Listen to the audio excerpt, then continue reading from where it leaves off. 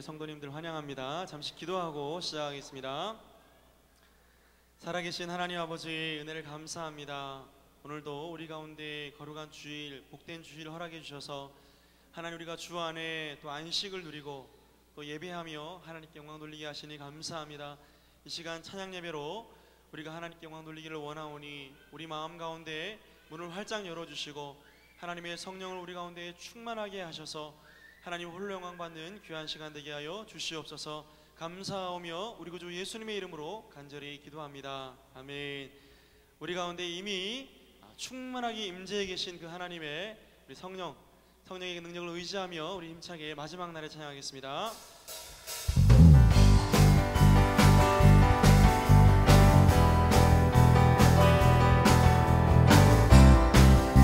하나님, 우리를 성령으로 충만하게 하여 주시옵소서.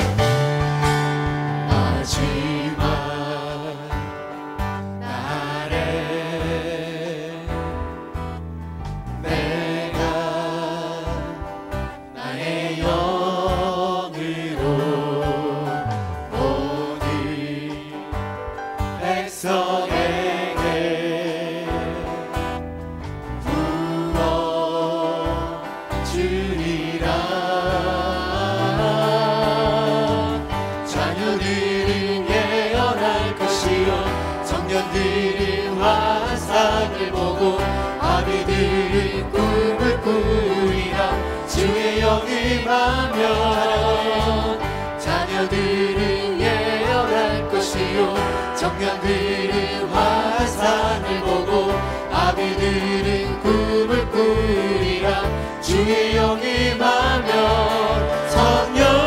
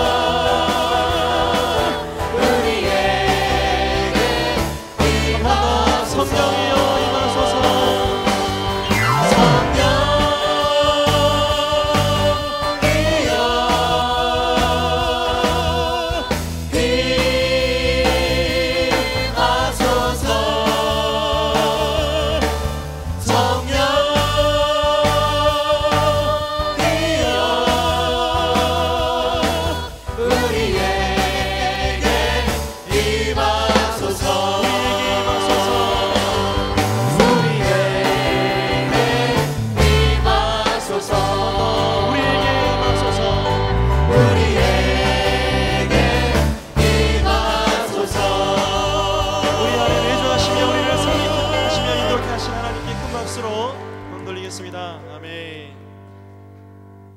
그럼 마음 가운데 근심이 있습니까? 그러면 주님의 이름을 부르시기를 바랍니다. 우리 마음속에 근심이 있는 사람 찬양하겠습니다.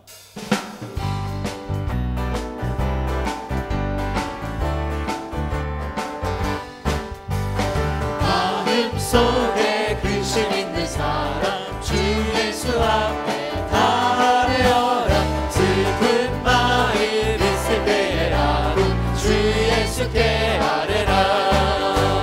주 예수 앞에 다 아뢰어라. 주 우리의 친구니 무엇이나 근심하지 말고 주 예수께 아뢰라. 깊은 한숨 쉴 때 주 예수 앞에 다 아뢰어라. 은밀한 죄 내게 있더라도 주 예수께 아뢰라. 주 예수 앞에 다 아뢰어라. 주 우리의 친구니 무엇이나 근심하지 말고 주 예수께 아뢰라. 괴로움과 두려움 주 예수 앞에 다 아뢰어라. 내일 일을 염려하지 말고 주 예수께 아뢰라. 주 예수 앞에 다 아뢰어라. 주 우리의 친구니 무엇이나 근심하지 말고 주 예수께 아뢰라. 주님 앞에 겁을 내는 자여 주 예수 앞에 다 아뢰어라. 하늘나라 바라보는 자야 주 예수께 아뢰라. 주 예수 앞에 다 아뢰어라. 주 우리의 친구니 무엇이나 근심하지 말고 주 예수께 아뢰라. 주 예수 앞에 다 아뢰어라. 주 우리의 친구니 무엇이나 근심하지 말고 주 예수께 아뢰라. 주의 팔에 그 크신 팔에 안기세. 주의 팔에 영원한 팔에 안기세. 주의 팔에 주의 팔에 그 크신 팔에 안기세. 주의 팔에 영원하신 팔에 안기세. 주의 친절한 팔에 안기세. 우리 마음이 평안하리니 항상 기쁘고 복이 되겠네. 영원하신 팔에 안기세. 주의 팔에 그 크신 팔에 안기세. 주의 팔에 영원하신 팔에 안기세. 날이 갈수록 주의 사랑이 광명하게 비치고 전성하는 그 별이 가리니 영원하신 팔에 안기세. 주의 팔에 그 크신 팔에 안기세. 주의 팔에 영원하신 팔에 안기세. 주의 보좌로 나아갈 때에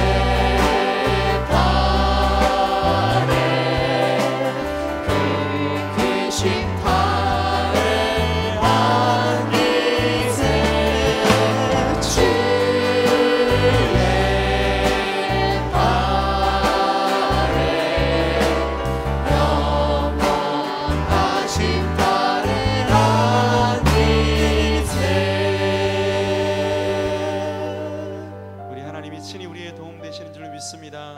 우리 그 하나님이 우리 아버지 되시는 줄 여러분 믿으십니까? 이 시간 그 하나님의 사랑을 찬양하며 나가겠습니다.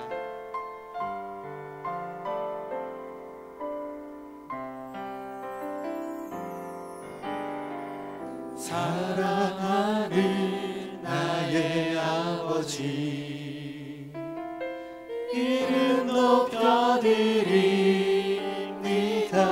주의 나라 찬양 속에 임하시니, 주의 나라 찬양 속에 임하시니, 능력에 주께 찬송하네, 능력에 주께 찬송하네. 전능하신 하나님 찬양. 언제나 동일하신 주, 언제나 동일하신 주, 전능하신 하나님 찬양. 영원히 다스리네, 영원히 다스리네.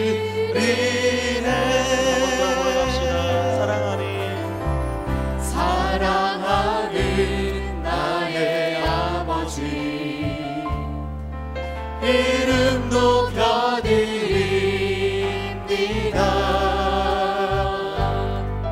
주의 나라 찬양 속에 임하시니, 능력에 주께 찬송하네, 능력에 주께 찬송하네. 전능하신 하나님 찬양. 언제나 동일하신 주, 언제나 동일하신 주, 전능하신 하나님, 전능하신 하나님 찬양. 영원히 다스리네, 영원히 다스리네. 한번 더 고백합시다. 전능하신 하나님 찬양. 언제나 동일하신 주, 전능하신 하나님 찬양. 영원히 다스리네. 영원히 다스리네. 우리 고백합시다. 나 주의 이름 높이네, 나 주의 이름 높이리. 나 주의 이름 높이네. 나 주의 이름 높이리. 하늘 높이 올린 깃발처럼, 하늘 높이 올린 깃발처럼 주의 이름 높이리. 전능하신 하나님 찬양. 언제나 동일하신 주, 전능하신 하나님 찬양. 영원히 우리 한 번 더 전능하신 이름을 찬양하며 전능하신 하나님 찬양. 언제나 동일하신 주, 전능하신 하나님 찬양. 영원히 다스리네. 영원히 다스리네. 영원히 다스리네. 한 번 더 영원히, 영원히 다스리네. 우리 하나님께 감사와 영광의 박수 올리겠습니다. 아멘.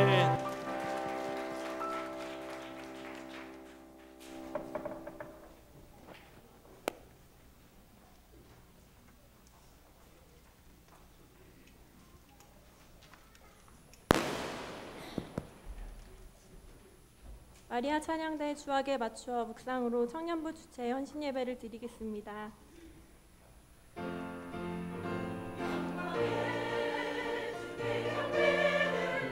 영광의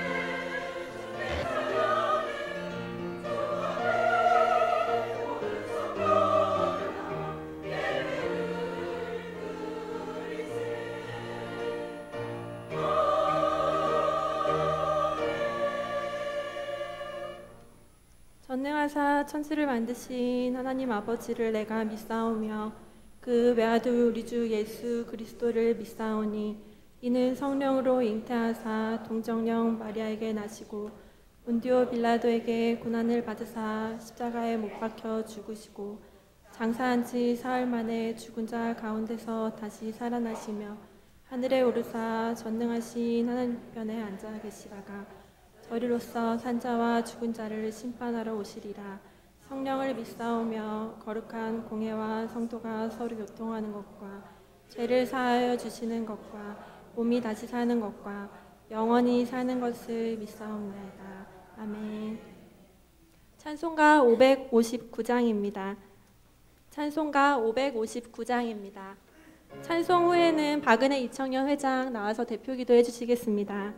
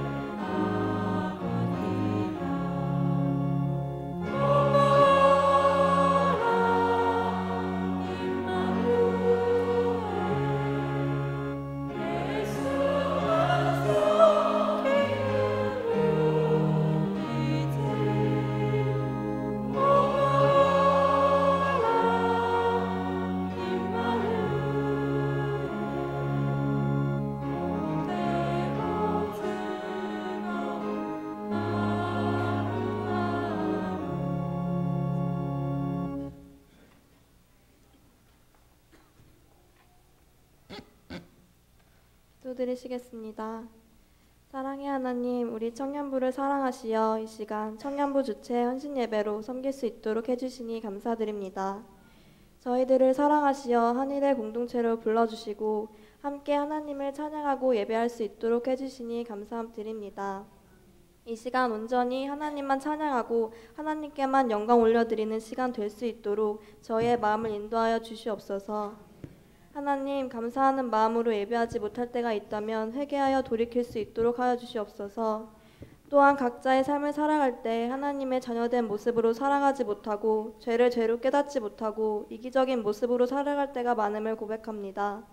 먼저 깨닫고 회개하게 하여 주시고 우리의 연약한 부분들을 하나님께서 만져주시고 채워주시옵소서. 세상 속에서 하나님을 믿고 예배하는 것을 방해하는 것들이 많이 있습니다. 항상 하나님의 자녀로서 말씀 읽고 기도하며 깨어 있어서 옳은 길을 분별할 수 있도록 도와주시옵소서. 하나님만 붙잡고 살아가는 굳건한 믿음을 허락하여 주시옵소서. 그리하여 어떠한 유혹과 고난이 찾아올지라도 이겨내어 결국에 승리하는 삶을 살아갈 수 있도록 하여 주시옵소서. 또한 하나님을 향한 첫사랑을 회복하여 주셔서 하나님을 향한 열정과 기쁨이 매일 더하여지게 하여 주시옵소서. 특히 한일의 청년들을 하나님의 사랑으로 강하게 붙잡아 주시옵소서. 먼저 하나님의 은혜와 사랑을 깨닫게 하여 주시고 그 사랑으로 변화되게 하여 주시고 그리하여 어느 곳에 있든지 하나님의 자녀로서의 빛과 소금된 역할을 감당할 수 있도록 인도하여 주시옵소서. 아직 믿음이 연약하여 작은 고난에도 흔들리고 아파하는 저희들입니다. 불쌍히 여겨주셔서 모든 삶의 길을 책임져 주시옵소서. 그리고 하나님을 항상 찬양하며 하나님을 기쁘시게 하는 청년들이 다 될 수 있도록 인도하여 주시옵소서. 하나님, 이 땅에 메르스로 인해 두려운 마음과 혼란스러운 가운데 있습니다. 하나님께서 치료하여 주시고 깨끗하게 하여 주시옵소서. 어려울 때일수록 더욱 하나님만 의지하며 기도로 나아가는 하나님의 자녀들 될 수 있도록 하여 주시옵소서. 김성규 담임 목사님의 건강 또한 깨끗하게 치료하여 주시고 목사님 가정 가운데 더 큰 하나님의 사랑과 위로하심으로 함께하여 주시옵소서. 사역하시는 모든 목사님들과 전도사님께도 영육 간의 강건함을 더하여 주셔서 항상 지치지 않고 은혜의 말씀 전하실 수 있도록 하여 주시옵소서. 이 시간 유병국 목사님께서 전하여 주시는 말씀을 들을 때 큰 은혜 받게 하여 주시고 예배 마치는 시간까지 함께 하여 주시옵소서. 그렇게 해주실 줄 믿으며 예수님의 이름으로 기도드렸습니다. 아멘.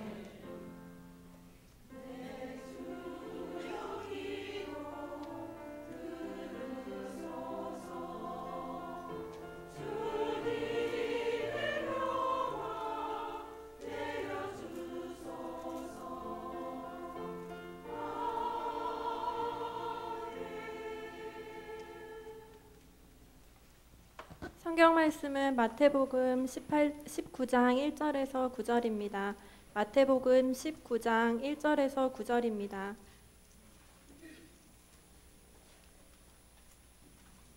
예수께서 이 말씀을 마치시고 갈릴리를 떠나 요단강 건너 유대 지경에 이르시니 큰 무리가 따르거늘 예수께서 거기서 그들의 병을 고치시더라. 바리새인들이 예수께 나와 그를 시험하여 이르되 사람이 어떤 이유가 있으면 그 아내를 버리는 것이 옳으니이까? 예수께서 대답하여 이르시되 사람을 지으신 이가 본래 그들을 남자와 여자로 지으시고 말씀하시기를 그러므로 사람이 그 부모를 떠나서 아내에게 합하여 그 둘이 한 몸이 될지니라 하신 것을 읽지 못하였느냐? 그런즉 이제 둘이 아니요 한 몸이니 그러므로 하나님이 짝지어 주신 것을 사람이 나누지 못할지니라 하시니 여짜오되 그러면 어찌하여 모세는 이혼 증서를 주어서 버리라 명하였나이까? 예수께서 이르시되 모세가 너희 마음의 완악함 때문에 아내 버림을 허락하였거니와 본래는 그러지 아니하니라. 내가 너희에게 말하노니 누구든지 음행한 이유 외에 아내를 버리고 다른 데 장가드는 자는 간음함이니라. 마리아 찬양대에 찬양 읽겠습니다.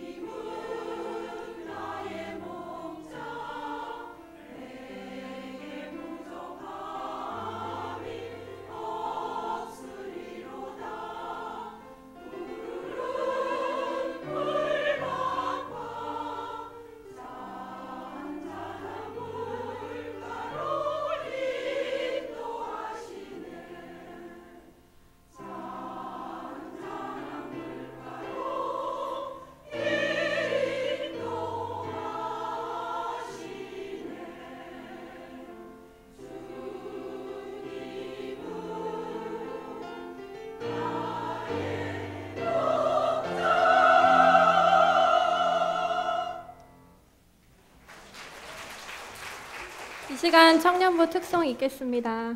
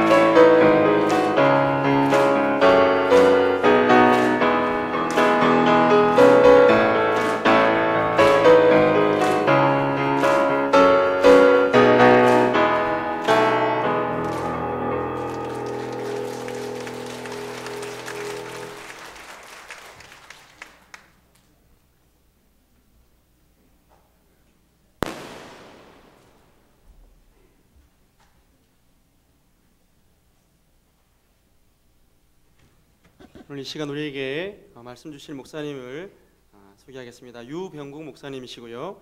고려신학대학원을 졸업하시고 우리 고신 서울로의 기감 목사님으로 사역하고 계십니다. 아세아 연합신학대학교 상담대학원을 졸업하시고 미국 웨스트민스터 신학대학원 목회 상담학 박사를 받으셨습니다. 기독교 가정사회연구소 상담 교육부장을 역임하시고 일산 한소망교회 가정사역 상담 담당을 역임하시고 새생명 가족연구원 대표이시고 기독상담센터 소장으로 심무하고 계십니다. 우리 강사 목사님 나오실 때 우리 할렐루야로 환영하도록 하겠습니다.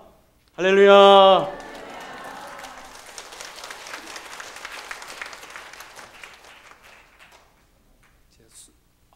제 소개 말이 너무 많았습니다. 그죠? 간단하게 저는 그 중에 한 두 줄만 소개해달라고 문자를 보냈는데 아마 그게 전달이 안 된 것 같아요.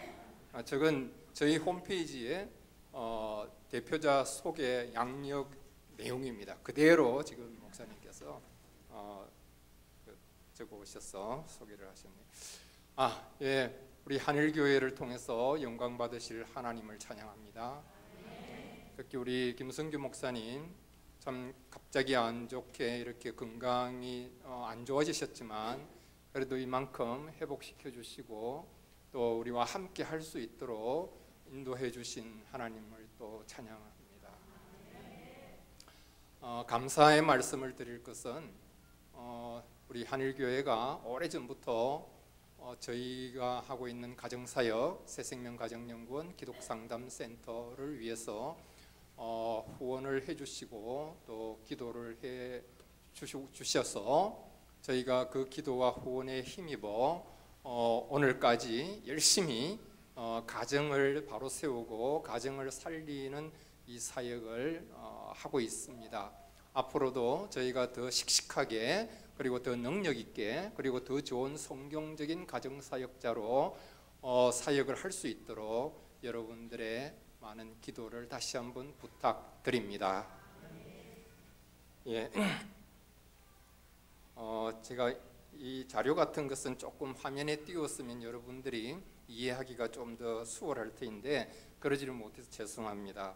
일단 제가 하나의 통계 자료를 우리 사회의 통계 자료를 먼저 말씀을 드리겠습니다. 2013년도의 통계입니다. 2년 전 통계인데요. 이건 이제 통계청에서 발표한 거죠.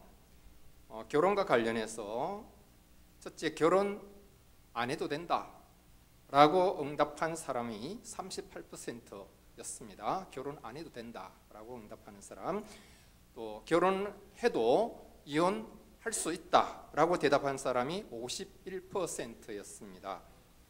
결혼하지 아니하고 동거하는 거 가능하다. 이것은 20, 30대 청년들에게 물어본 것입니다. 61%가 가능하다라고 대답을 했고요.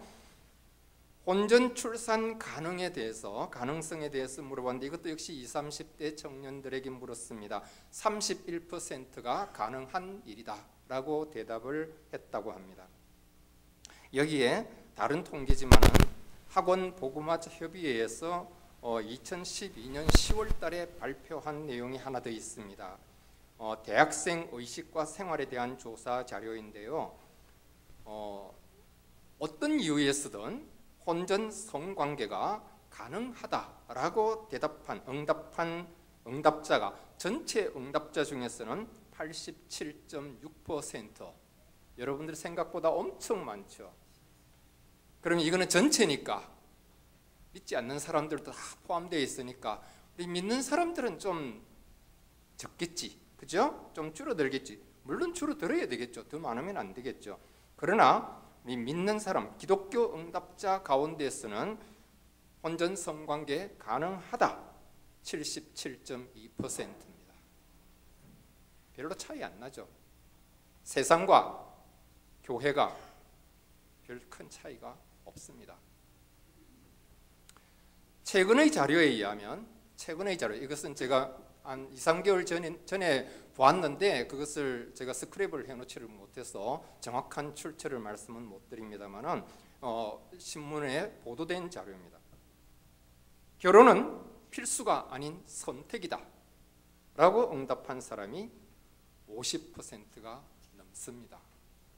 결혼은 반드시 해야 된다라고 생각하지 않는 사람, 해도 되고 안 해도 된다, 내 마음이다 라고 대답하는 사람이 절반이 넘는다는 거죠.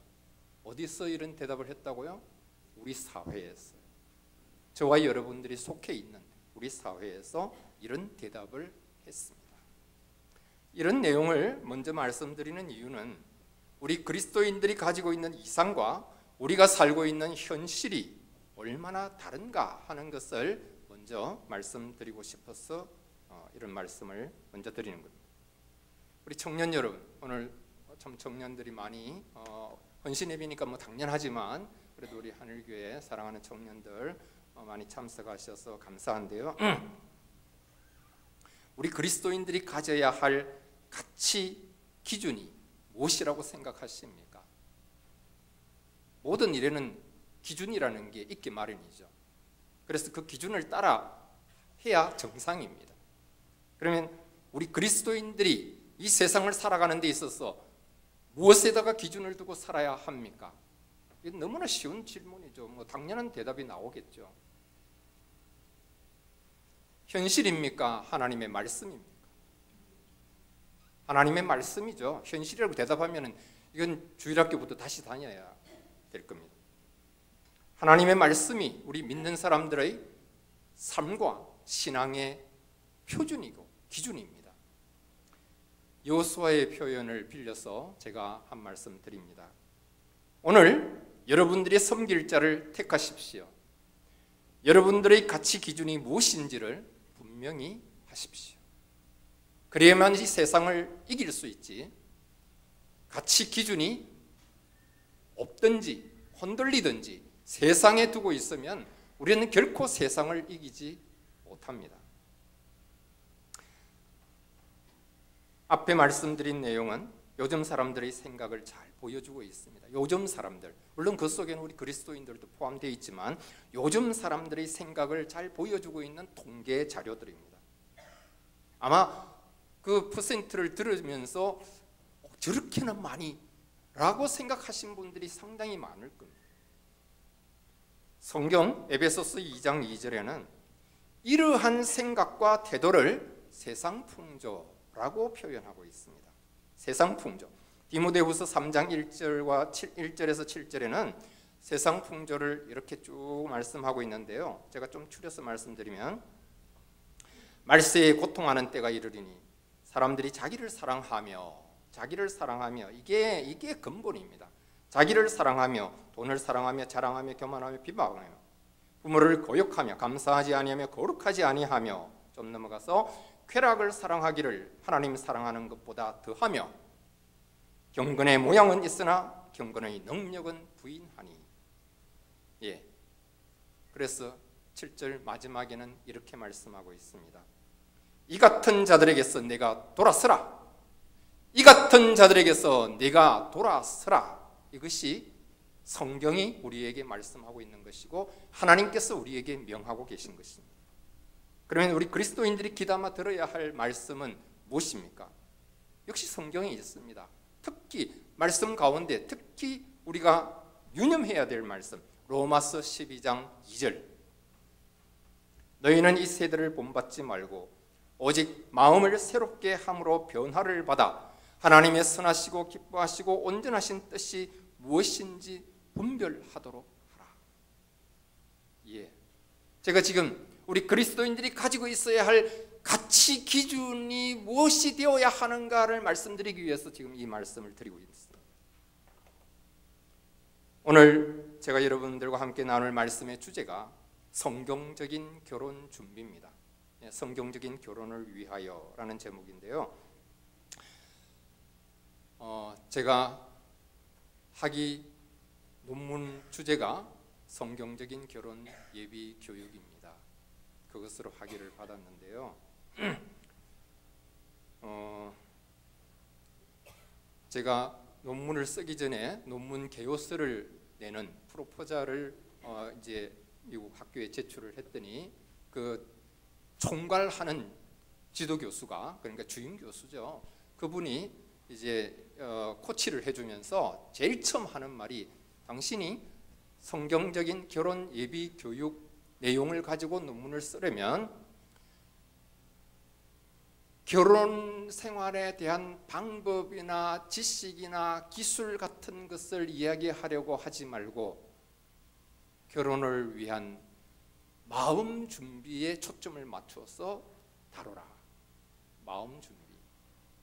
방법이나 기술이나 이런 것은 지금까지도 많이 얘기를 했고 많은 사람들이 또 그런 것을 가지고 교육을 하고 있다. 그러니까 똑같은 거 해봤자 당신은 그런 의미가 없다. 당신이 이것을 쓰려면은 성경적인 마음 준비에 대해서 써봐라 라고 해서 제가 이제 그 지도를 따라서 작성을 했고, 지금 이 내용도 이제 그런 어떤 연구 속에 포함되어 있는 내용들입니다.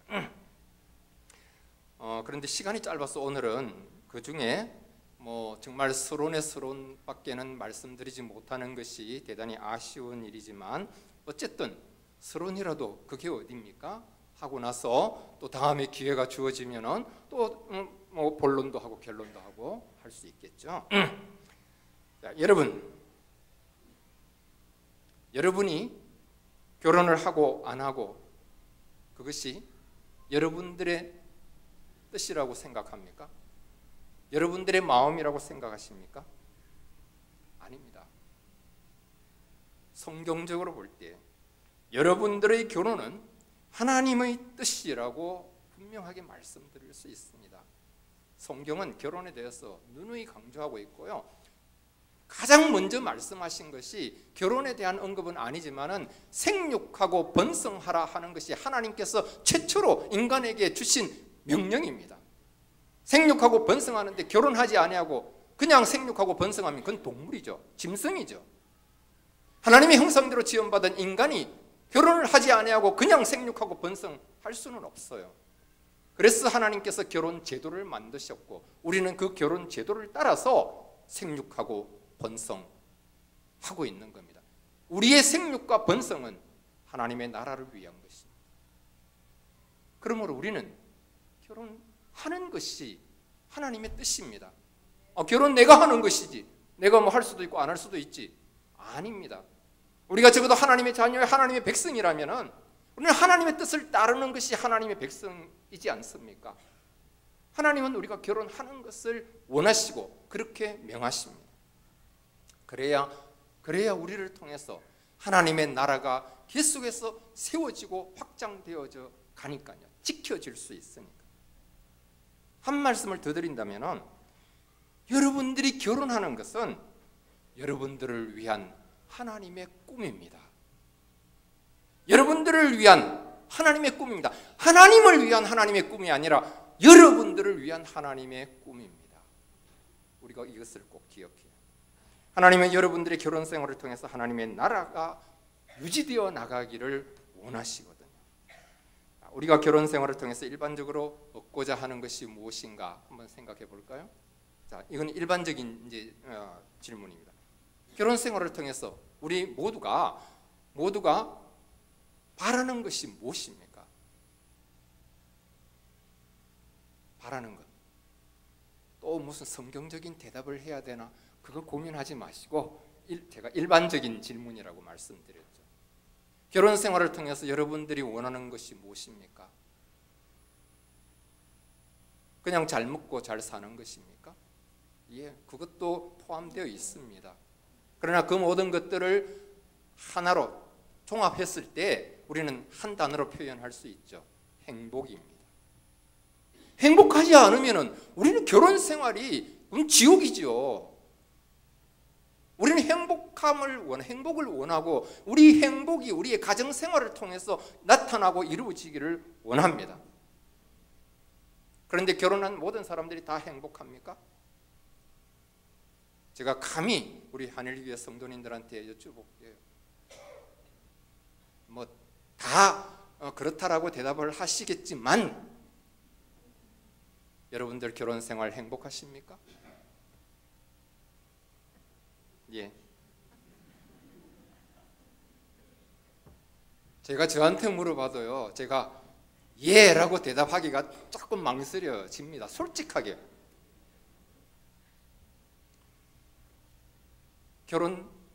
결혼했다고 해서 다 행복해지는 것 아닙니다. 그러면 우리는 행복한 결혼 생활을 위해서 무언가를 해야 합니다. 저절로 되는 게 아니라는 뜻이죠. 이 무언가 해야 되는 게 도대체 뭡니까? 결혼 준비입니다. 결혼 준비. 행복한 결혼 생활을 위해서 우리가 반드시 해야 할 것은 행복한 결혼 생활을 위한 준비가 필요하다는 거죠. 준비 가운데서도 집장만 하고 혼수장만 하고 배물장만 하고 그런 준비 말고, 그건 없어도 결혼할 수는 있어요. 그런 준비 말고 아까 제가 말씀드렸죠. 하나님의 뜻을 이루어드리고 하나님께 영광을 돌리기 위한 그러한 결혼 생활을 위한 마음을 준비하라는 거죠. 그 마음이 있어야 거기서부터 모든 것이 출발합니다. 마음이 있어야 노력도 하고요. 마음이 있어야 그 무언가를 위해서 희생할 용기도 생기고 그렇지. 마음이 없어 보세요. 여러분 아무것도 하지 않습니다. 그래서 행복한 결혼 생활은 준비된 사람이 얻는 것입니다. 쟁취하는 것이라고도 할 수 있겠죠. 물론 준비한다고 해서 모든 사람이 다 행복한 결혼 생활 하는 것도 아닙니다. 준비한다고 해서 다 되는 것도 아닙니다. 왜? 결혼 생활에는요 변수가 너무 많습니다. 그래서 결혼 준비했다고 해서 장담할 수는 없어요. 제가 가정사역을 하고 있다 보니까 결혼이라는 것이 정말 어려운 겁니다. 예? 행복한 결혼 생활을 할 수 있는 그 결혼을 하는 것이 정말 어려운 일입니다. 좋은 사람, 좋은 배우자 만난다는 것도 정말 어려운 일입니다. 예. 자, 준비한다고 해서 다 행복한 결혼 생활을 하는 건 아니라 할지라도 이것을 역으로 말하면 그러면 준비 안 하면 아무것도 누리지 못하는 거죠. 준비 안 하면 아무것도 행복을 누리지 못한다는 뜻입니다. 예. 그래서 우리는 100% 장담할 수는 없을지라도 그러나 행복한 결혼 생활의 확률을 높이기 위해서는 결혼 생활을 위한 준비를 해야 한다. 근데 이 말씀드리는 저도요. 제가 결혼할 때 아무런 마음의 준비하지 아니했습니다. 그때는 가정사역이라는 말도 없었고 교회에서 결혼에 대해서 가정 문제에 대해서 언급도 하지 않을 때였습니다. 아무것도 모르고 결혼했습니다. 목사님 주례로 교회에서. 그러니까 형식은 아주 신앙적인 결혼을 했지만은 정작 하나님께서 원하시는 이 마음 준비는 하나도 하지 아니하고 했던 거예요. 그래서 저도 시행착오 엄청 겪고 있습니다. 그런데 지금 결혼하실 분들은 적어도 우리 부모 세대가 그런 것들을 겪어보았고 이제는 이전과는 달리 지금은 교회에서도 가정에 대해서 가정의 소중함을 너무너무 강조하고 있기 때문에 교회에서도 이 결혼 준비라고 하는 것을 열심히 할 수 있습니다. 마음만 있다면. 예, 나중에 다시 또 제가 좀 말씀을 드리겠습니다. 결혼을 준비한 사람들은 준비하지 아니한 사람들보다 행복한 결혼 생활을 할 수 있는 가능성이 훨씬 높아집니다. 그래서 준비를 해야 합니다. 근데 여기서 또 한 번 더 들어가야 됩니다. 결혼 준비만 하면 그러면 이제 다 되느냐? 아닙니다. 무엇을 준비하느냐의 문제가 또 부딪혀옵니다.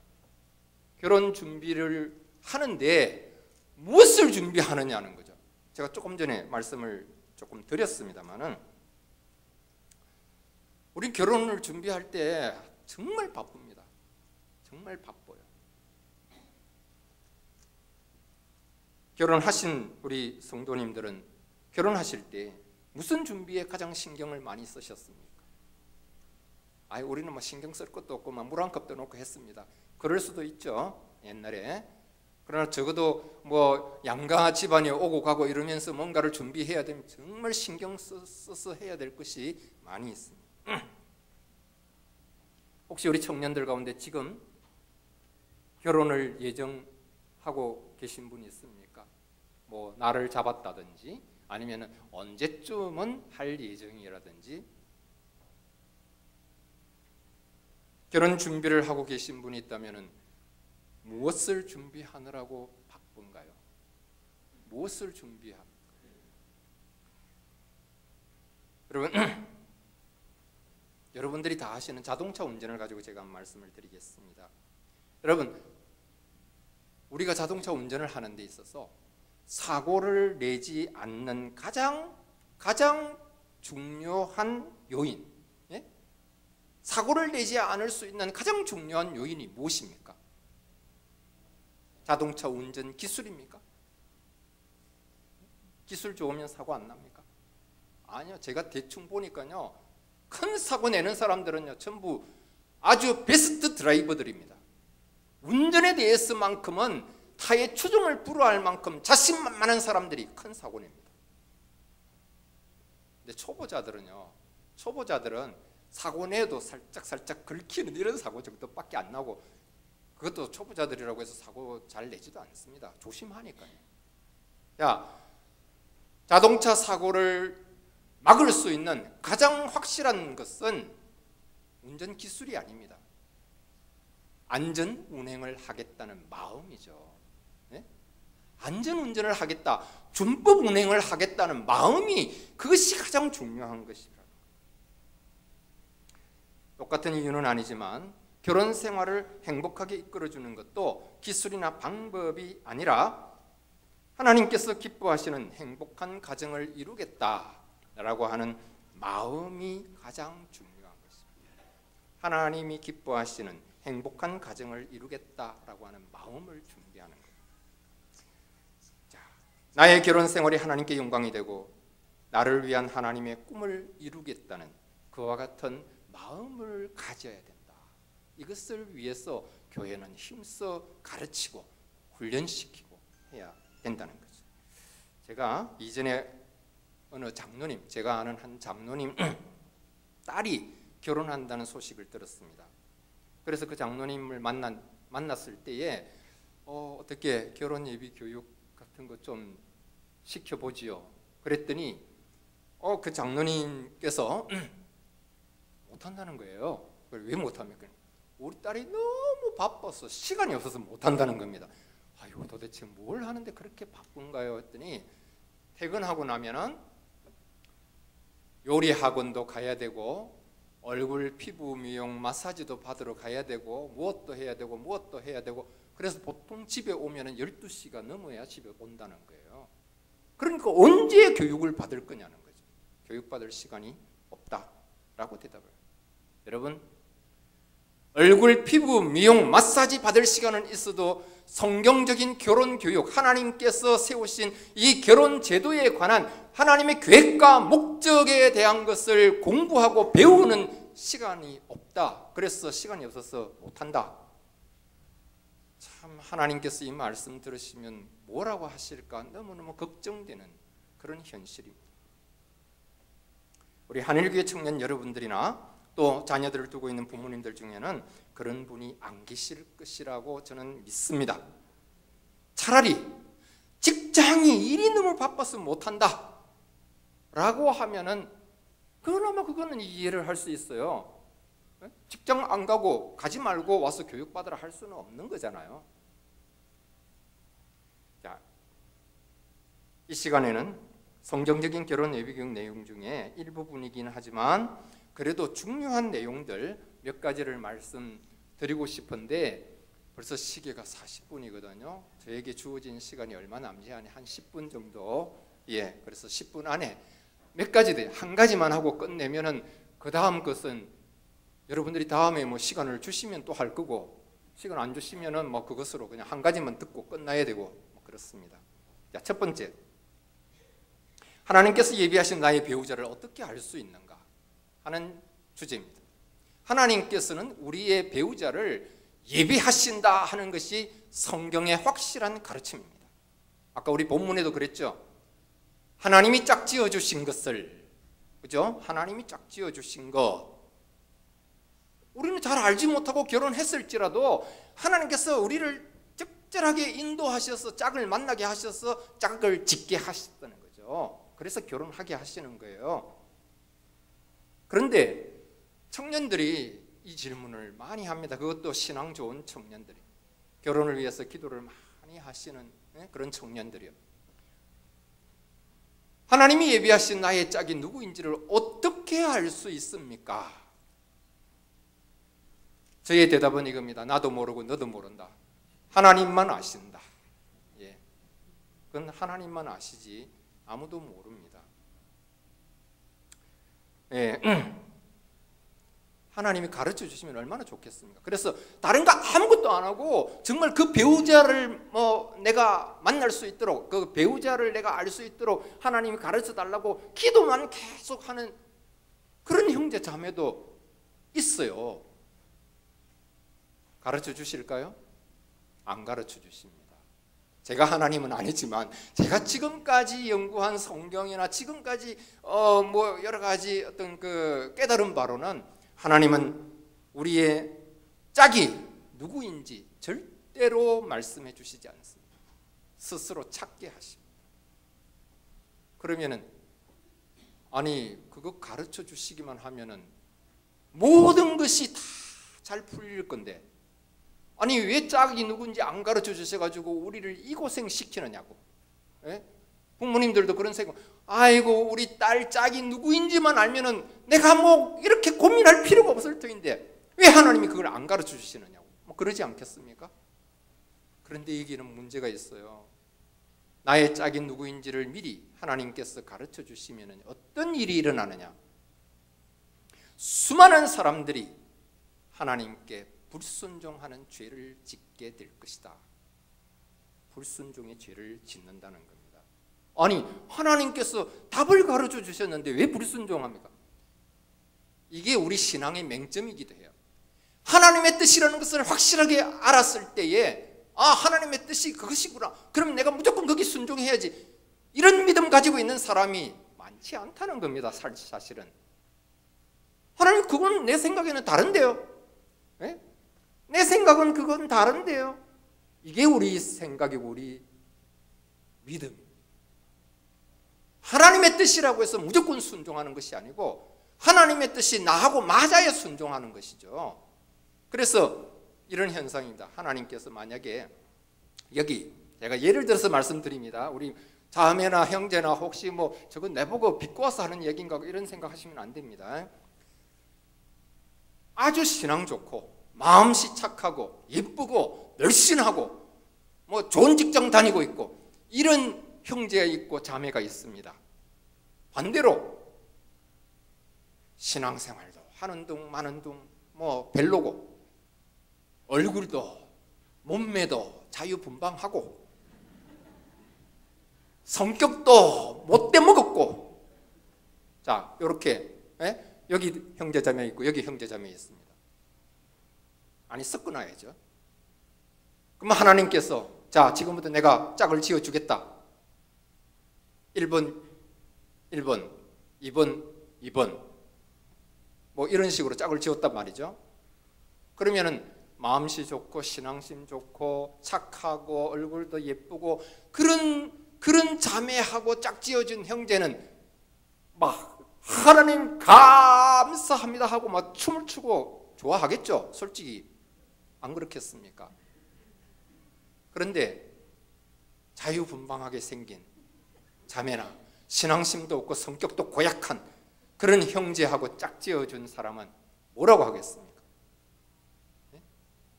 아니 하나님 이건 아니지요. 이건 아니지요. 어떻게 이럴 수가. 이거는 불공평하죠. 이거는 하나님 공평하지 않습니다. 여러분 그럴 때 갖다 대서 얘기하는 게 공평입니다. 이거는 공평하지 않습니다. 어디 하나님 앞에 공평을 얘기합니까? 하나님이 하시는 게 공평한 건데 우리는 우리 생각이 공평한 것이라고 생각하죠. 그래서 우리 옛날에 이런 표현을 많이 썼지 않습니까? 누구는 인삼 뿌리 주고 누구는 무 뿌리 줍니까? 딱 그 현상이 생길 거라는 거죠. 그래서 인삼 뿌리 받은 사람은 좋다고 그냥 서둘러서 결혼하겠지만 무 뿌리 받은 사람은 혼자서 씩씩거리다가 나 하나님 뜻 그냥 뭐 난 그거 모르겠다. 내가 알아서 하겠다. 그럴 거란 말이에요. 그게 불순종이지 않습니까? 나에 대한 하나님의 뜻이 명확하게 주어졌는데 그것을 따르지 않으면 그거 다 불순종이죠. 이런 불순종하는 현상이 많이 일어날 것을 하나님이 아시기 때문에 그건 하나님이 우리를 너무 잘 아시기 때문에 다 아시는 거죠. 불순종의 죄를 짓는 것을 막기 위해서 그래서 하나님께서는 방법을 바꾸신 겁니다. 가르쳐 주시기보다 스스로 자기 짝을 그러니까 자기가 좋아하는 사람을 만나서 짝을 찾아야 되죠. 짝을 찾도록 그렇게 우리를 이끌어 주신다. 이것이 우리의 배우자를 찾는 하나님의 방법입니다. 근데 어떻게 그러면 짝을 찾습니까? 실제로 현실적으로는 이렇게 결혼하신 분들 여러분들 짝을 어떻게 만나셨습니까? 바로 여러분들이 만난 그 방법이 하나님께서 쓰시는 방법이라니까요. 하나님은 우리가 가지고 있는 모든 조건들을, 모든 환경들을 총동원해서 활용해가지고 그 속에서 어느 하나에 딱 맞아지도록 해서 짝을 만나게 하시고, 짝을 만나서 어느 정도 알아본 후에, 탐색을 한 후에 아, 이 사람이구나 하고 확신이 들면은 결혼을 하게 하셔요. 그 우리의 환경 중에는요, 뭐 여러 가지가 있죠. 가족도 환경이고요, 친구, 직장, 교회, 봉사활동, 뭐 취미생활, 심지어 중매, 뭐 소개팅. 예, 여러분 건전하게만 하면은 이 모든 것을 하나님께서 다 이용을 하십니다. 저는 특히 교회 안에서 이 짝을 만나는 것을 굉장히 권하는 사람입니다. 왜냐하면 제가 교회 안에서 만났거든요. 제가 그 청년 때에 비슷한 나이, 아래 위로 한 몇 살 정도 차이 나는 그 청년들이 교회 안에서 5쌍이 결혼을 했습니다. 그런데요, 그 중에 목사가 2사람 나왔습니다. 나머지 다 장로입니다. 뭐 그것 때문에만은 아니고요, 가장 안전성이 높은 것이 그래도 교회 안에서 짝을 찾는 것입니다. 저는 우리 한일교회 청년들이 자꾸만 교회 바깥에 뭐 백마탄 왕자 찾지 마시고, 교회 안에 100만은 아니라 할지라도 그냥 조랑말이라도 타고 있는 그런 형제가 있으면 눈여겨보십시오. 그게 오히려 더 안전하고 확실합니다. 예. 자, 그래서 짝을 찾아가는 단계가 2가지가 있는데요. 첫 번째는 공동체 교제입니다. 교제는 해야 돼요. 옛날에 저희 때만 해도 사실은 교제하는 것을 좀 부정적으로 봤습니다. 교회에서 어디 연애질이나 하고 뭐 이런 얘기가 나올 때였거든요. 그런데 교회 안에서 공동체 교제는 반드시 필요한 것입니다. 공동체 교제가 뭡니까?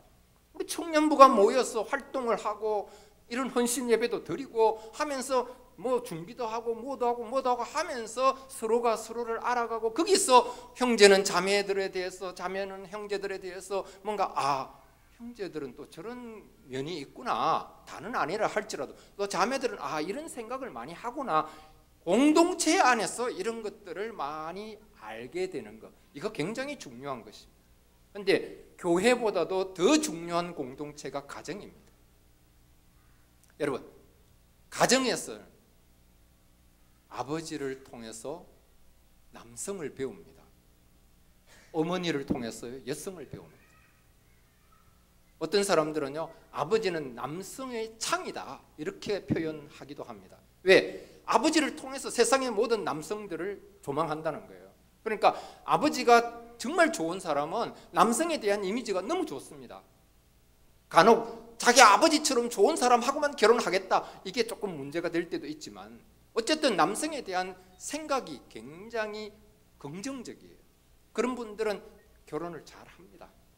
그런데 아버지가 술도 많이 마시고 성질도 못되고 가정에 폭력도 좀 있고 이런 사람들은 아버지로부터 상처를 많이 받아가지고요, 남성에 대한 이미지가 안 좋아져요. 그러면은 결혼할 때도요, 혹시 우리 아버지 같은 사람 만날까 조심스러워서 남자를 만나지를 못합니다. 만나도 조금만 이상하다 싶으면 그냥 헤어져 버려요. 문제가 많이 생기죠. 왜? 아버지를 통해서 남성을 알고 어머니를 통해서 여성을 배우기 때문에, 그래서 그런 겁니다. 그래서 가정 공동체, 형제 자매가 많은 가정은요, 형제 자매들이 부딪히면서 거기에서 이성과 더불어 사는 노하우를 터득합니다.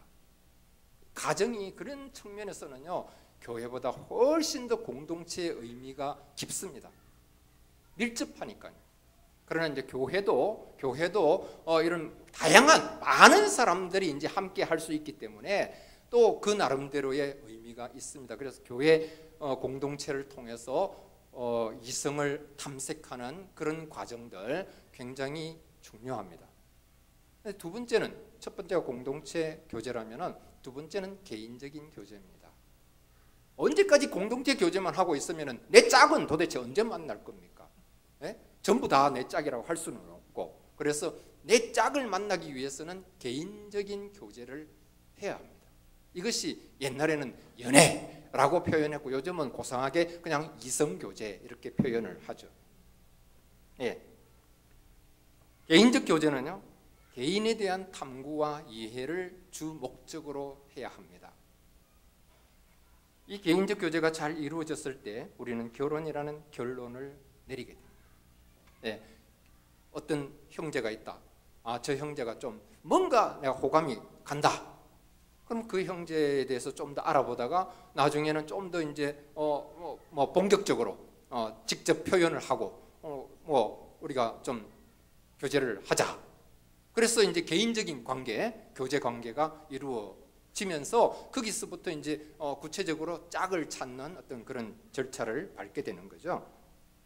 그런데 여기서 현실적인 문제점들이 있습니다. 개인 교제에 들어갔을 때 현실적인 문제점. 결혼에 대한 꿈과 계획도 없으면서 무조건 개인적 교제를 시작하는 이 문제점, 이 병폐가 우리 사회에 아주 만연해 있습니다. 교회 안에도 많습니다.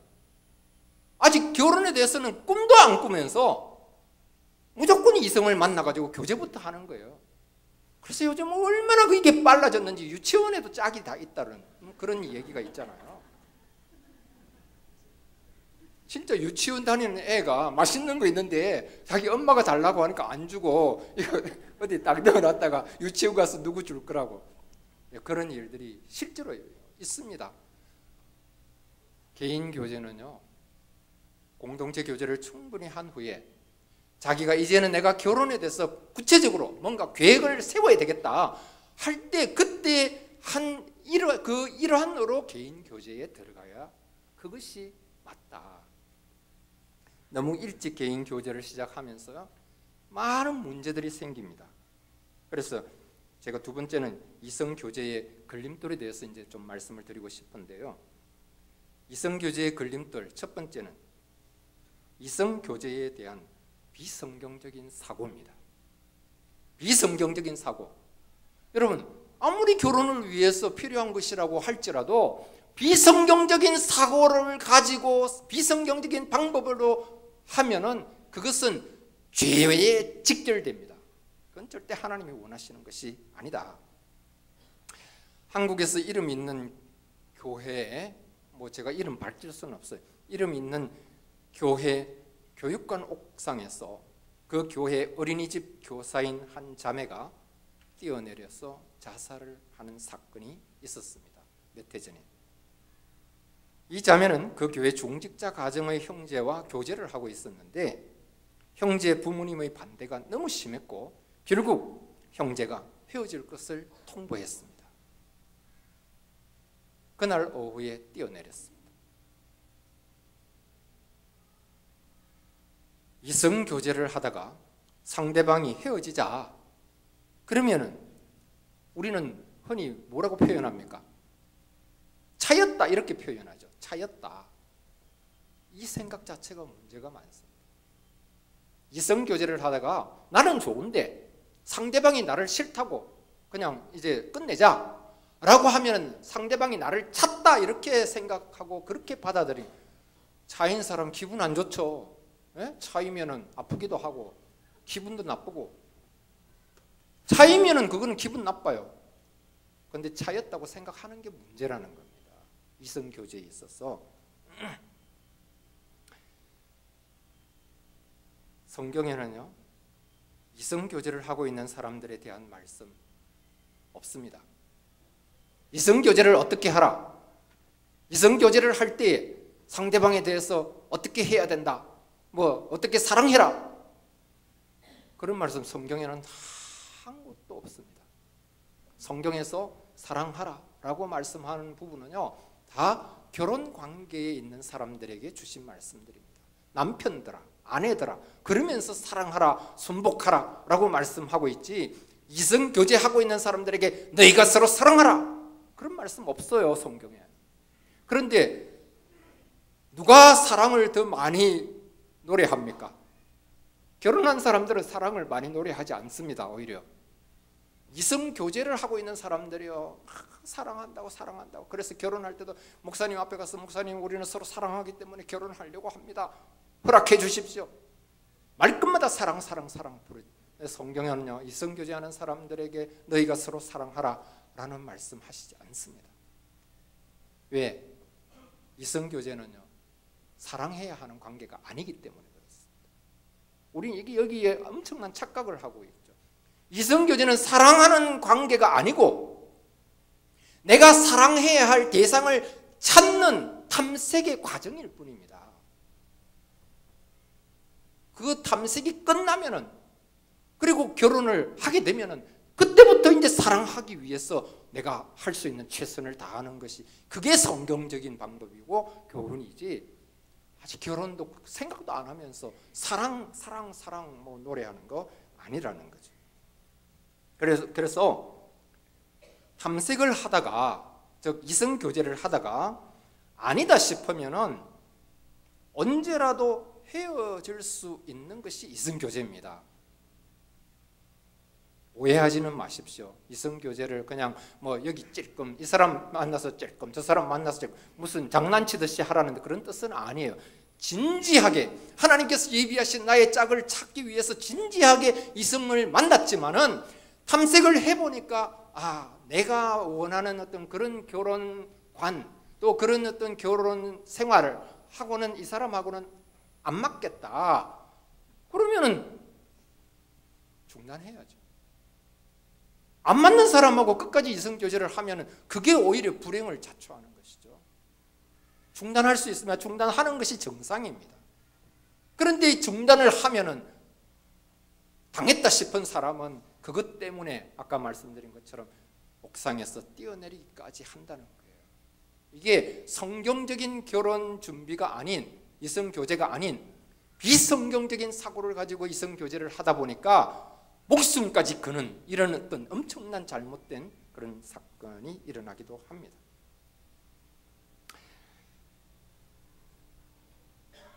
만나서 교제하는 것이, 그것이 이성교제라면은 저는 교제를 하다가 아니다 싶으면 헤어지는 것까지도 이성교제의 한 부분이다. 저는 그렇게 봅니다. 정상이라는 거죠. 나는 좋아도 상대방이 싫다. 그러면 그것도 인정해야 한다는 것입니다. 왜? 결혼을 나 혼자 하는 건 아니지 않습니까? 내가 좋다고 해서 상대방까지 나를 좋아해야 될 건 아니거든요. 서로가 좋아해야 되니까. 어느 한쪽이라도 아니다 싶으면은 그건 그냥 기분 좋게 헤어져야 하는 것이, 이게 정상적이고 성경적이다. 제가 내린 결론은 그렇습니다. 여기서 매우 중요한 것 한 가지를 더 말씀을 드릴게요. 교제를 하다가 상대방이 나의 짝일 수도 있겠다는 것은 알 수 있는 방법. 이 사람이 나의 짝이구나. 100%는 아니지만은 이 사람이 나의 짝일지도 모르겠다 하는 그런 가능성이 점점 이렇게 올라가고 하는, 그것을 어떻게 알 수 있느냐? 그냥 내 기분이냐? 아닙니다. 거기에도 분명한 기준이 있어요. 그 기준은요, 상대방을 보는 기준의 문제인데, 보통 사람들은 이런 경우에 상대방의 조건들을 보면서 이 정도면은 내가 결혼해도 되겠고, 이 정도면은 나의 배우자로 손색이 없겠다, 이런 식으로 판단을 하고 오케이 결혼하자 뭐 이렇게 얘기를 하죠. 그런데 그건 아니에요. 그건 아닙니다. 상대방의 조건을 보고 그 조건이 내 마음에 쏙 들어가지고 결혼을 했다. 그럼 결혼하고 나서 그 조건이 바뀌면 어떻게 합니까? 결혼하고서 조건 바뀌면 결혼을 물러야 됩니까? 그때는 그냥 이혼합니까? 상대방의 조건은 내가 결혼을 결심하는 최종적인 조건은 아닙니다. 그것은 중간에 다 참고할 내용들일 뿐이고요. 최종적으로 내가 이 사람하고 결혼을 해야 되겠다라고 결심할 때 내가 가져야 할 기준은 바로 나 자신에 대한 것입니다. 어떤 기준이요? 내가 이 사람하고 결혼을 했을 때 정말 한평생 이 사람을 위해서 내가 희생도 하고 또 이 사람을 위해서 헌신적으로 내가 사랑하고 섬길 수 있겠다. 거기에 대한 확신이 필요하다는 거예요. 나에게서 그 확신을 찾아야 합니다. 그 사람에 대한 확신입니다. 그 사람의 조건에 대한 확신이 아니고.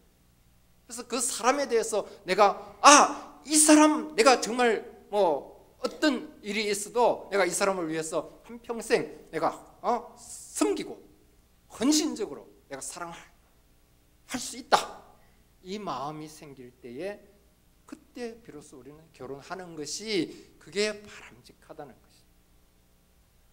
결혼의 조건 상대방에 있는 것이 아니라 나에게 있다 하는 것이죠. 예.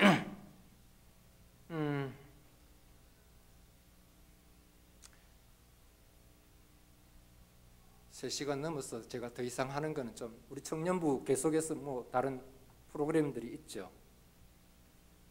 성에 대해서 성적인 문제에 대해서 조금 제가 꼭 이거는 말씀을 드리고 싶은데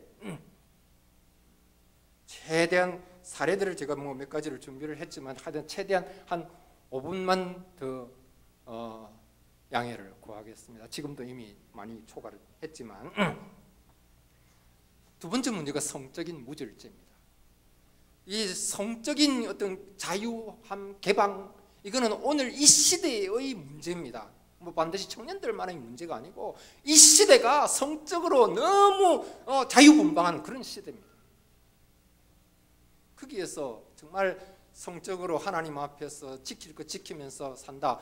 어떤 사람들은 그런 사람들을 천년기념물이라고 그러던가요?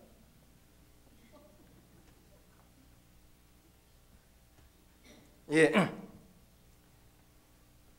아까 처음 자료에서도 말씀드렸지만은 순교를 지켜야 한다라고 생각하는 크리스찬 23%밖에 안 됩니다. 네? 순교를 지켜야 한다라고 생각하는 사람이 23%밖에 안 됩니다. 이 시대는요, 혼전 임신을 자랑하듯이 방송에서 공개합니다. 많이 보셨죠? 주로 연예인들이 그 짓을 많이 하고 있습니다.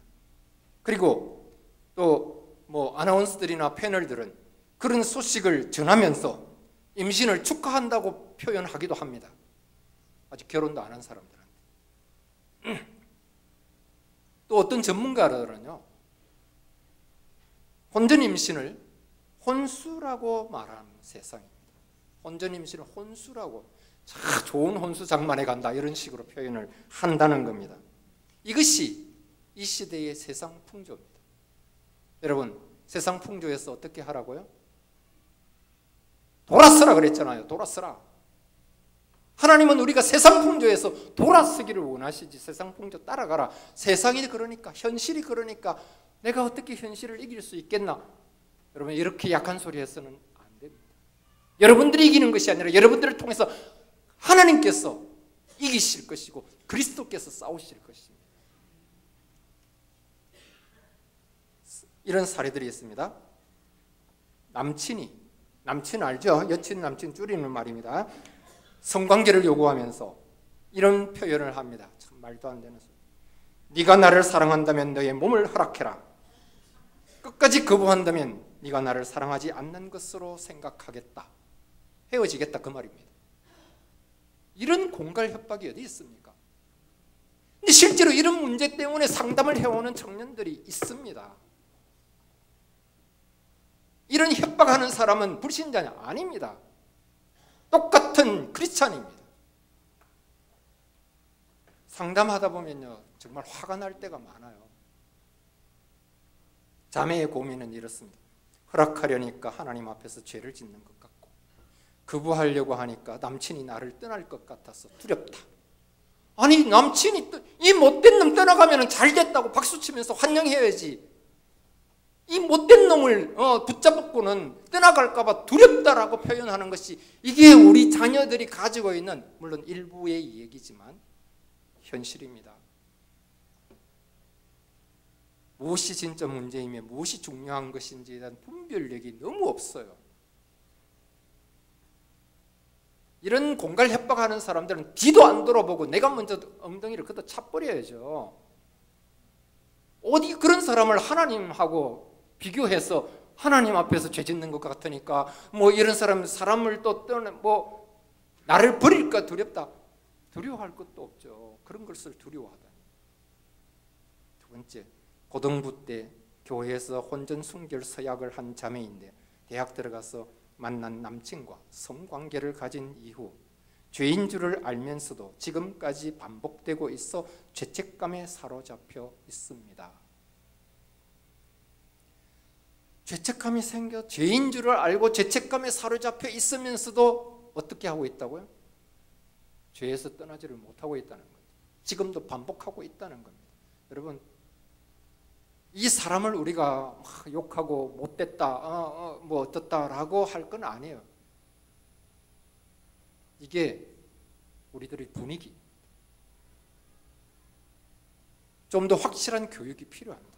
어릴 때부터 무조건적인 어떤 교육보다는 제대로 된 하나님의 뜻을 우리 아이들에게 심어주는 마음에 그것이 인이 박히도록 좀 심겨질 수 있는 그런 어떤 교육이 필요합니다. 가정에서도 그렇고 교회에서도 그렇고.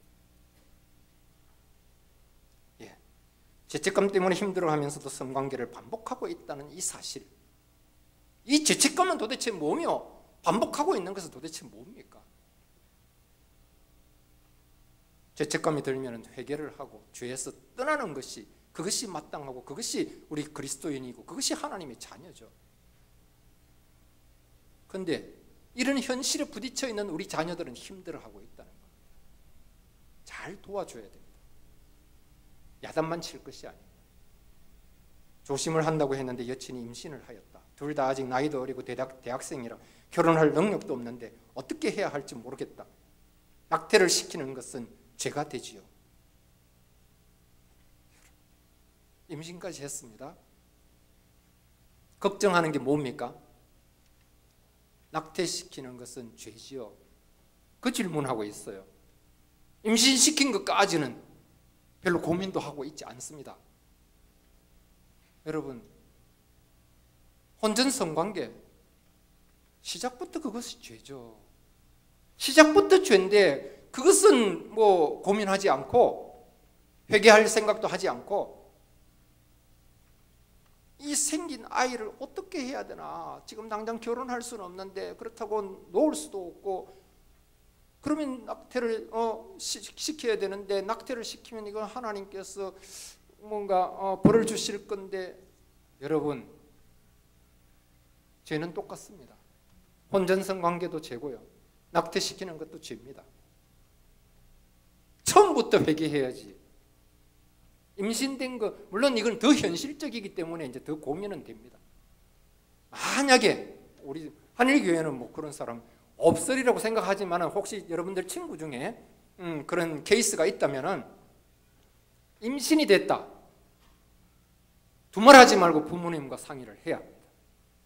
우리 부모님한테 얘기하면 부모님이 교회에 그래도 중직자인데 실망하고 부모님한테 야단 맞고 이제 뭐 엄청난 일이 벌어질 건데 그걸 어떻게, 아니요, 말 안 하면 그것보다 더 엄청난 일이 벌어질 수도 있습니다.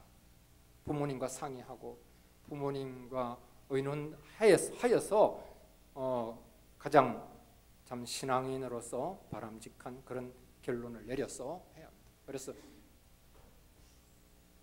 아기를 낳아야지, 그걸 낙태를 시킨다. 아기를 낳는 데는 여러 가지 이제 걸림돌이 많이 있죠. 그것 때문에 고민하는 거니까 사실은. 그러나 그건 넘어서야죠. 이겨내야죠. 그렇죠? 내가 잘못해가지고, 내가 죄를 지어가지고 그렇게 생긴 것인데 끝까지 내가 책임을 져야죠. 고민을 크게 하는 것은 내가 내 책임을 다할 용기가 없다, 그 말입니다. 용기를 가져야 돼요. 끝까지. 처음에는 하나님 뜻대로 하지 아니하였을지라도 그 해결책은 하나님 뜻대로 하는 것이, 그것이 우리 그리스도인들의 바람직한 모습입니다. 예. 이거는 설명 없이 제가 질문만 그냥 드리고 끝내겠습니다. 사랑하고 있고 결혼하기로 약속한 사이인데 왜 성관계를 하면 안 됩니까? 여러분들이 여기에 대해서는 답을 찾으시기를 바랍니다. 모태신앙자라고 합니다. 모태신앙인데 결혼하기로 약속했고 사랑하고 있는데 왜 성관계를 가지면 안 되느냐? 결혼하면 당연히 성관계 가질 것인데, 여러분, 될 때가 있고 안 될 때가 있는데 그것에 대한 분별력이 없습니다. 이런 부분도 우리 부모 세대가 이제 잘 가르쳐주고 신앙적인 관점을 분명하게 세워줘야 우리 자녀들이 방황하지 않습니다. 우리 자녀들이 힘들어하지 않습니다. 우리 자녀들이 원치 않는 임신 때문에 이렇게 정말 고민하고 하는 그런 일들 막을 수 있습니다. 여기까지만 하고 끝내겠습니다. 좋으신 아버지 하나님, 부족한 종을 또 이 귀한 제단에 세워주시고 우리 청년들을 성경적인 결혼에 대해서 함께 말씀을 나누게 하시니 감사합니다. 정보는 부족하게 하였을지라도 그러나 듣는 모든 이들의 귀가 열려지고 마음이 열려져서 하나님의 뜻을 깨닫게 하시고 하나님의 뜻을 밝히 알게 하시고 하나님의 뜻대로 실행하며 살아갈 수 있는 그런 믿음과 용기를 주시옵소서. 예수님 이름으로 기도드리옵나이다. 아멘.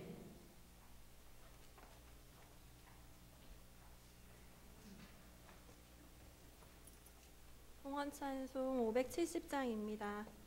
570장 찬송하시며 헌금하시겠습니다.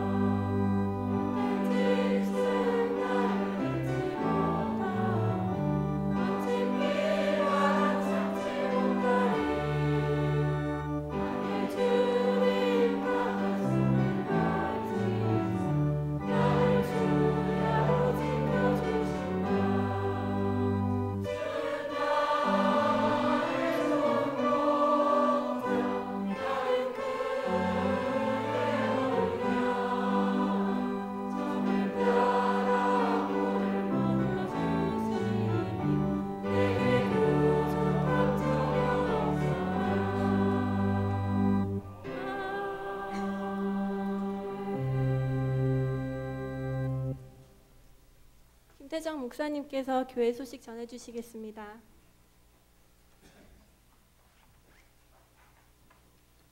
교회 소식을 알려드리겠습니다. 서울로의 여전도 연합회가 내일이 아니라 다음 주 월요일입니다. 다음 주 월요일 우리 하늘교회에서 11시에 있습니다. 우리 여전도에 소속되신 우리 회원분들께서는 많은 참석 부탁드리겠습니다.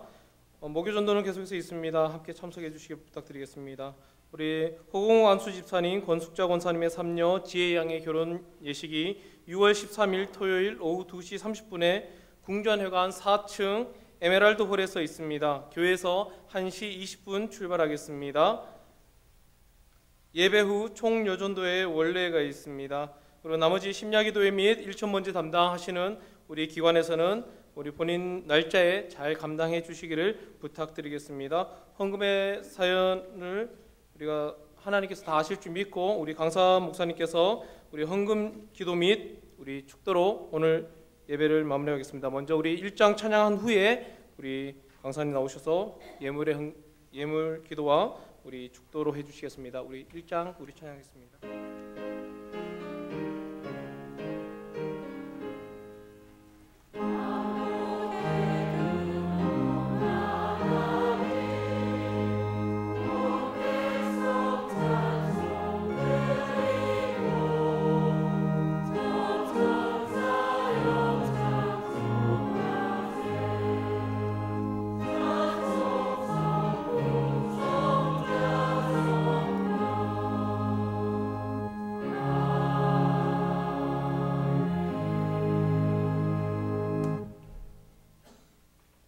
우리 청년부가 헌신 예배로 하나님 앞에 드릴 수 있게 하심을 감사합니다. 이 예배에 참여하며 또한 정성껏 준비한 예물을 하나님 앞에 드리게 하시니 감사합니다. 아버지여, 드리고 바친 손길들을 축복하시고 또 하나님께서 그 손에 더 많은 것으로 또 채워주셔서 하나님 나라를 더욱더 풍성하게 섬길 수 있는 우리 모두가 되게 하시고, 또 우리 청년부가 이제 여러 가지 참 하나님의 뜻을 이루며 또 하나님 나라를 세워가는 여러 가지 행사들이나 여러 가지 계획들을 실행해 나갈 때에 아버지 하나님, 이제 부족함이 없도록 하나님께서 필요한 모든 것들을 적절하게 허락하시고 공급해 주옵소서. 우리 주 예수 그리스도의 은혜와 하나님 아버지의 크신 사랑과 성령님의 교통하심과 인도하심과 충만하심이 오늘 주일을 맞이하여 주의 전에 나와 하나님의 이름을 부르며 예배를 통하여 하나님께 영광을 돌리는 우리 모든 성도들과, 그리고 이 시간 우리 청년의 헌신 예배를 드리면서 하나님의 말씀을 따라 이제 하나님이 세우신 결혼제도와 하나님이 세우신 가정을 하나님의 뜻에 합당하도록 우리가 잘 준비하고 잘 세워 나아가기를, 그리고 잘 관리해 나아가기를 다짐하며 돌아가는 모든 성도들 위해 이제로부터 영원토록 함께 있을지어다. 아멘.